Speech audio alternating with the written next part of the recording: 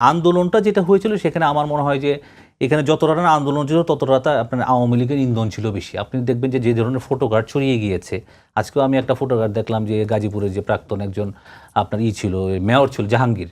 সে যে ছাত্রদলের লোকেরা নাকি আপনার সায়েন্স ল্যাবের পিছনে নিয়ে পিটাচ্ছে ছেলেপেলেদেরকে। ভুয়া ফটোকার্ড। একদমই ভুয়া। আমি নিজেই সায়েন্স ল্যাব দিয়ে আজকে আসলাম। হ্যাঁ, ঠিক আছে? কিছু জাম ছিল বা ছিল।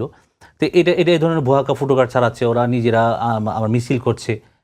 জয় বাংলা স্লোগান দিয়ে ইত্যাদিতে মিছিল করছে।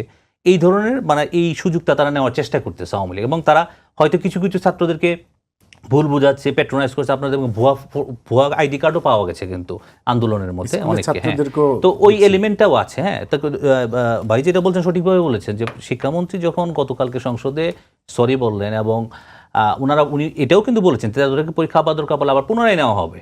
হ্যাঁ, এবং ফিজিক্সের যে কোশ্চেনটা আপনার প্রবলেম ছিল 6 নাম্বার এবং 7 নাম্বার সেটা পূর্ণ মার্কস দেওয়া হবে। আজকেও উনি সংসদে কিন্তু আজকেও সংসদে কিন্তু এই বিষয়ে উনি কথা বলেছেন এবং ব্যাখ্যা দিয়েছেন।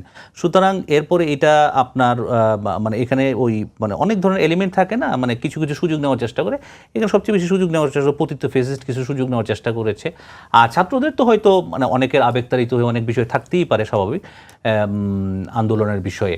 এবং এখন কিন্তু তারা আবার শিক্ষামন্ত্রীর পদত্যাগের দাবি থেকে সরে এসে শিক্ষা ভবনে আপনার বা শিক্ষামন্ত্রীর 6টা দাবিনামা দিয়েছে যে পরীক্ষা আবার নিতে হবে এবং আরও অন্যান্য বিষয় অ্যাড করেছে আর কি।